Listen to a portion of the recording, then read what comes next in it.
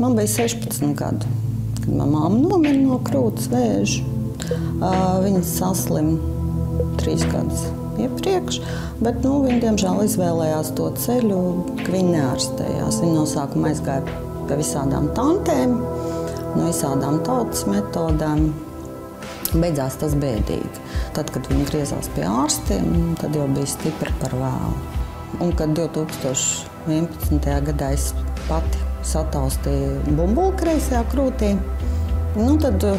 tad man uzreiz bija viss skaidrs. Man atbalsta grupas palīdzēja dzīves kokā iziet visus ārstēšanas etapus. Tad, kad tu runā, kā tu jūties, ka te uzreiz saproti. Pienāca tāds laiks, kad es jau pati sāku palīdzēt. Neslēpiet galvas miltīs, no vēža nav jābaidās, vēzis ir jāārstē.